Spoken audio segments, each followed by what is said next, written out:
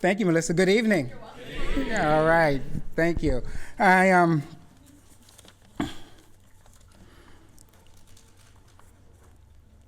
really thankful to be able to be here this evening. I have been struggling. The condition of our world and the issues affecting higher education in our communities have been sort of weighing on me. And it's really interesting because Eric Alexander here, he badgers me all the time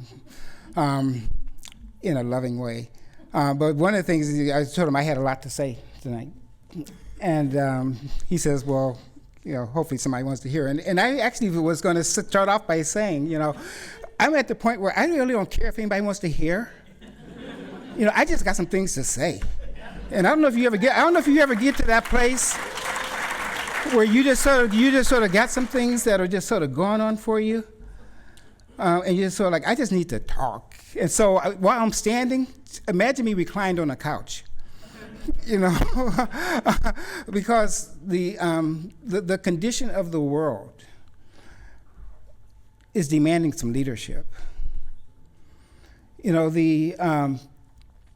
When Robin sent me the message asking me to spend some time with you all this evening, she asked me to offer some insights on the need for leaders if we are to sustain diverse and caring, just communities. I would love to be at a place where we were talking about sustaining them. We first had to create them. And that's the journey that we're on. And that's what I want to spend some time talking about tonight is what does it mean for those of us who consider ourselves leaders to be charged with the responsibility to develop and to care for and to sustain just and caring communities. And so I don't want to be a downer on this because there's actually a joyfulness in leading. And there should be a joyfulness in leading, even under the most difficult of times because of what's on the other side of the community's pain or struggle. And so hopefully, in the end, we'll all recognize what that joy is and what that opportunity is that's there waiting for us. So it's really just, for me, it's a very sobering time. Particularly for those of us who call ourselves community builders. I mean, this is a time when we have to sort of think about what does it mean to lead with a seriousness of purpose, but also to bring with that a gentleness of touch because of the condition of the lives and the fact that we're dealing with people. And so as charged up as we may be, that this is not a blunt force activity, leadership. It's an activity and it's an exercise of care. And how do we do that? And so when you think about those who are leading, university and campus centers and unions, that's the crossroads. That's where the lives intersect and connect or disconnect or demonstrate the degree of disconnection.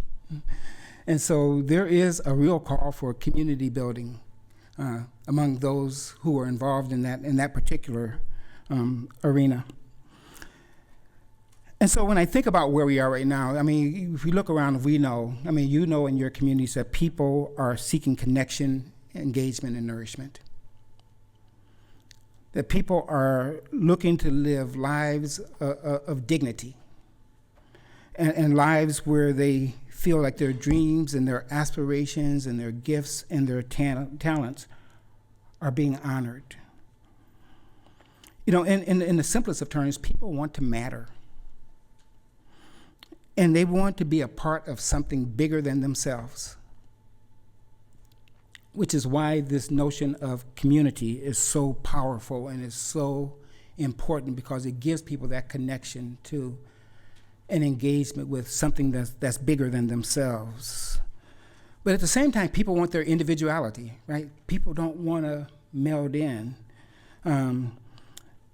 They want their individuality while at the same time experiencing the gift of community, which sort of then makes community this real paradoxical dance, right? Because it's this place where we have to somehow honor the presence of people's individual aspirations and their individual strivings, while at the same time embarking on this collective journey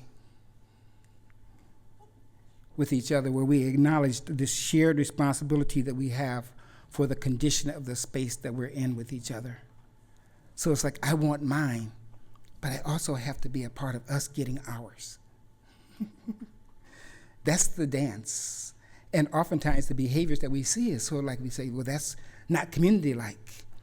Well, because we still got the individual stuff that's going on in there while we're also trying to think about the community things that we want to have in there.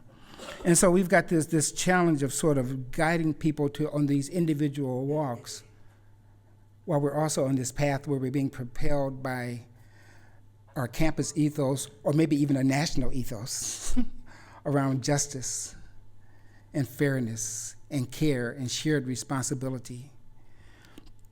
And so that's the challenge. And so there's this leadership for community that we're involved in, and this leadership for justice that we're involved in is about sort of leadership that's undergirded by a belief in the unseen. Because oftentimes when people describe sort of, a just and caring community, I try to think about, have I ever lived in that world? And so we're leading people toward a world in which in some ways, we've not yet participated. But yet, in order to be a leader, you have to believe that it's achievable. So it really is a leadership in sort of this unknown, in this unseen. And so for me, in order for us to do that, there's some sort of what I call sort of foundational acknowledgments that we need to make in order to sort of equip ourselves and to at least have the right mindset to lead. And the first of it is that, the people who come to our community bring with them pieces of the worlds in which they have walked. And all of us don't walk in the same worlds or even have access to the same worlds. And so when we come together, we get all of these different walks of life, all of these different personal journeys that are coming together, and all of the challenges and all of the beauty that comes with that, of people coming with that. And so personal histories show up. And I think what happens, particularly during times of challenges, is that we somehow want to hope that we have all had the same personal histories and access to the same knowledge and the same acculturation and the same socialization. Because we believe that in 2015, everybody should be on the same page. But the reality is that not everybody has had that same opportunities, has walked in the same worlds. I remember when I started college, I had gone to all black schools. And I go off to this small private college in the rural community. And when I think about it now, I should have been caged, because I just wasn't ready. And if I hadn't been exposed to caring and loving people, they could have made some incredibly harsh judgments about why I wasn't okay and why my behavior was anti-community. Because I tell you, I was a mess. But I took with me the world from which I had come. And that's the only world that I had access to. So as a result, those were the only experiences that I had that could form me and shape me. And that's what I took with me.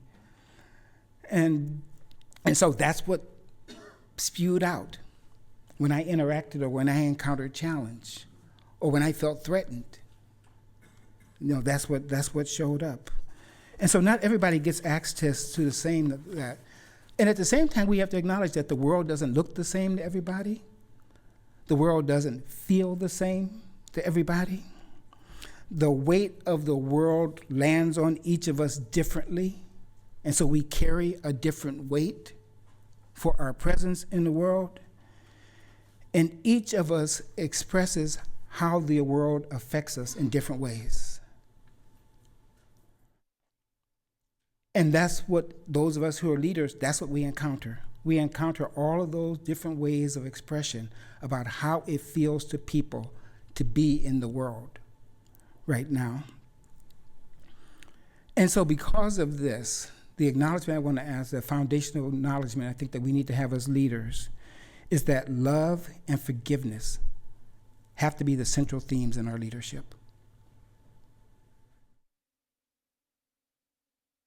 Love for those who are leading, and forgiveness for the humanity and the humanness that shows up when people present themselves in our community.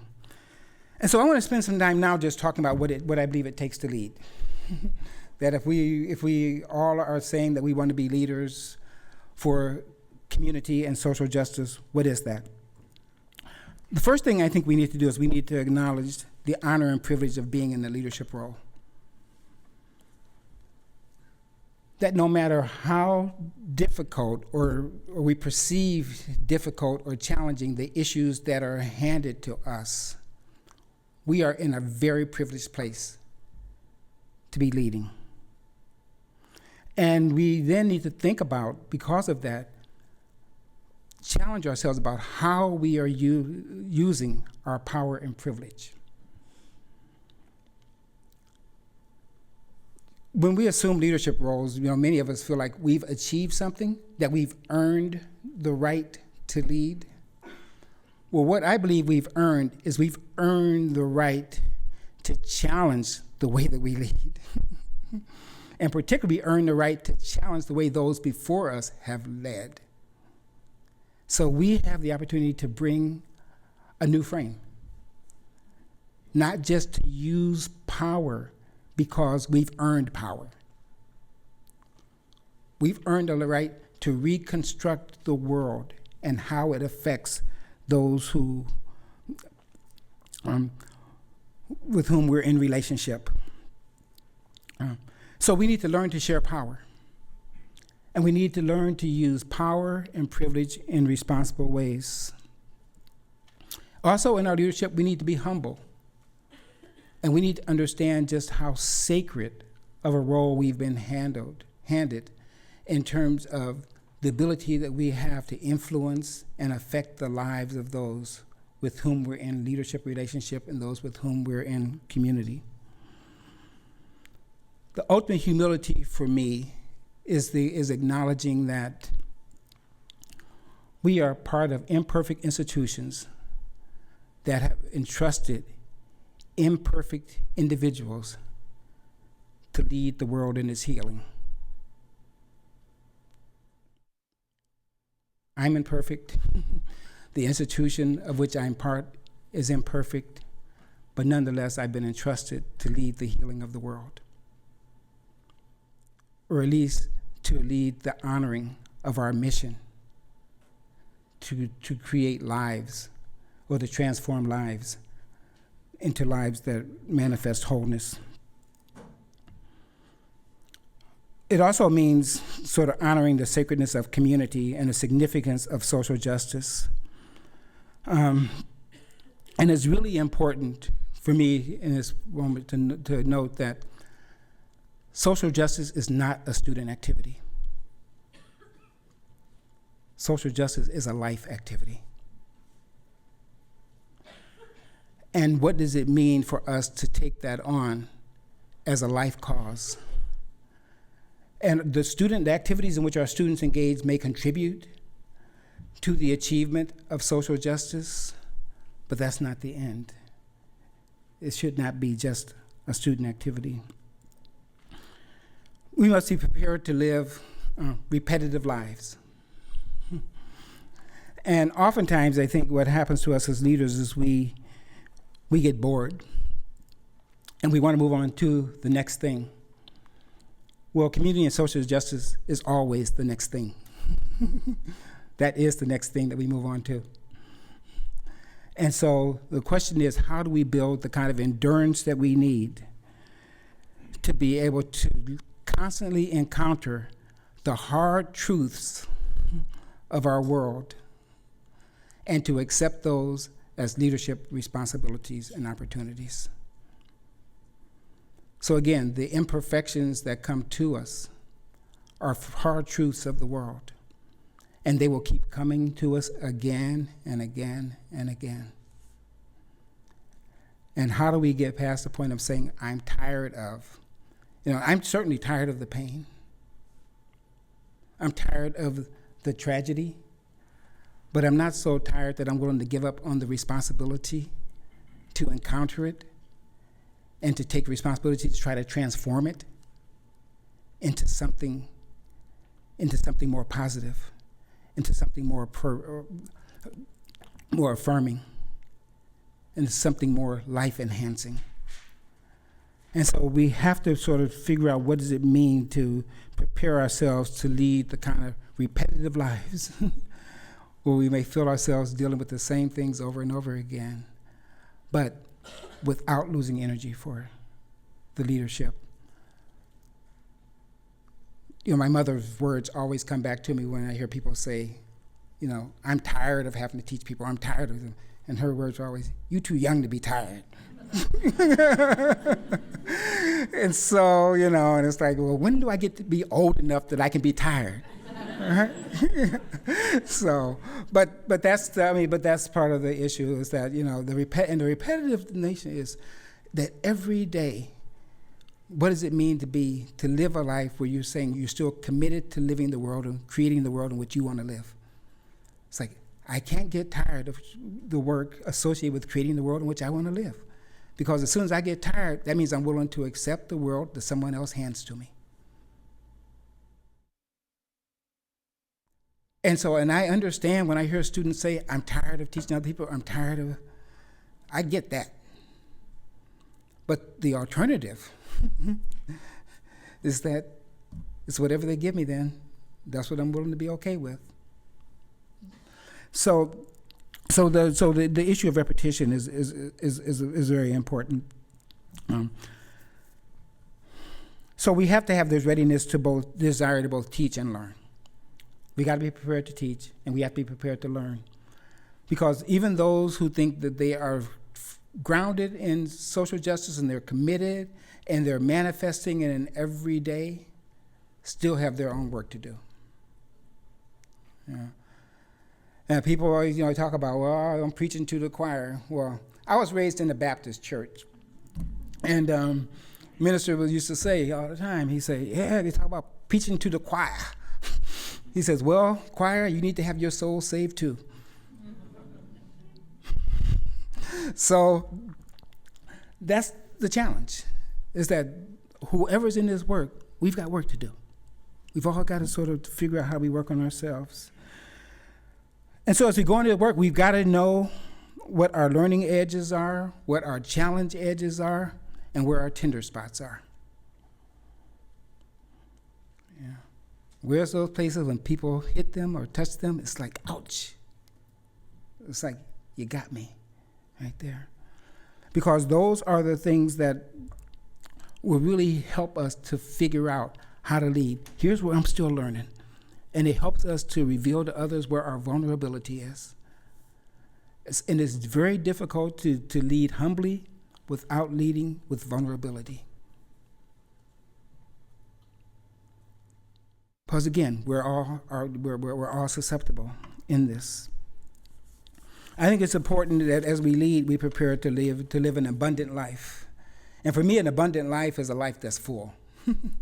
It's full of people, and it's full of experiences. And what that abundant life means then is that we're prepared to have our lives be sort of this crossroads that people walk through, that cultures pass through us, and we connect them. So we're this living link, and my life is full and is rich because I've got people in my life who I would choose because I resonate deeply with who they're about, and people who challenge me beyond which I ever have been challenged or desire to be challenged, because that's what it means to be the community builder, is that you're the connector of people. If we are to lead, I think we have to figure out how we lead and navigate through the journey of what it means to be in search of community.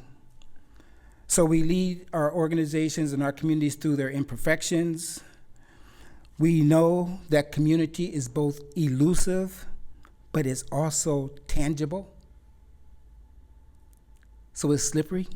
It shows up for a moment, and then it's gone. But we see enough glimpses of it to know what's possible when we're at our best. And so how do we lead ourselves through that? As leaders of community, we have to have the ability to communicate positive emotions, which means joy and happiness and love. We have to have the ability to reveal our hearts to each other and to demonstrate the deep and abiding affection that we have. I have always contended, since I understood what leadership meant, that it's very difficult to lead people who you don't love. Because the other part of community is that you lead through grief and pain and hurt and injury, and you allow your heart to be broken.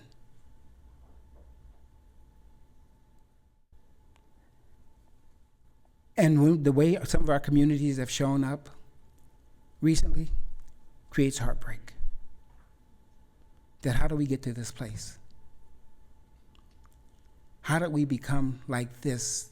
That this is how we've come to be with each other. How we respond to whether it's our individual pain or our frustrations or our anger about individuals or groups, that this is the way that it becomes manifested. And so as leaders, we have to sometimes lead through our broken hearts and not lose our love for those who break our hearts. Because again, until there's some alternative, they're a part of our human community. They're part of our world's journey, and we have to make sense of that. We have to have this abiding belief in a positive future and have a deep and profound optimism about what's possible for the world. And for me, in spite of all that I've seen and all that I've experienced in my lifetime, I still have this tremendous belief in what the world can be and what's possible. We have to demonstrate courage, which courage for me means that we need to put ourselves on the line sometimes. We need to take risks on behalf of ourselves and those who we care about. And courage is not very far from faith. And again, often the definition that I share of faith with people is the one that I heard from Marian Wright Edelman, which is still the most powerful one I've ever heard, which is faith that is that thing which allows you to take a step before the stair has revealed itself. And what would it mean? What does it mean to you when somebody has faith in you? When they take a step on your behalf, when maybe you haven't revealed yourself fully, your potential or your possibilities fully. We have to be committed to the extraordinary, which means that we have to commit to ourselves being extraordinary, and we have to commit to the belief that others have the ability to be extraordinary. And for me, extraordinary means that we show up as leaders and as community builders in a way that's different than people would expect given their history of dealing with leaders or of dealing with challenge. And so we show up as a gift when people expected punishment. We show up as love when people expect anger. We show up as compassion when people expect rejection. So we have to commit to being extraordinary. But probably the most important thing, and I'll finish with this, is that we commit to the belief that others have the ability to be extraordinary. Because our leadership isn't about who we are. The success of our leadership is, in the end, is not about who we are. It's about who we create space for other people to be.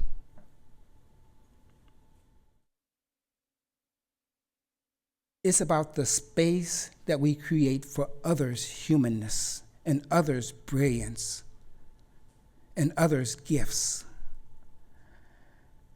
And so the challenge is that regardless of what we encounter in our experiences, as leaders, if we show up as people who at the end of the day allow others to leave our presence feeling, I was loved. My voice was valued. I was cared about. If we can do that, in my view, that's when we demonstrate what it means to be a just and caring leader. Thank you very much.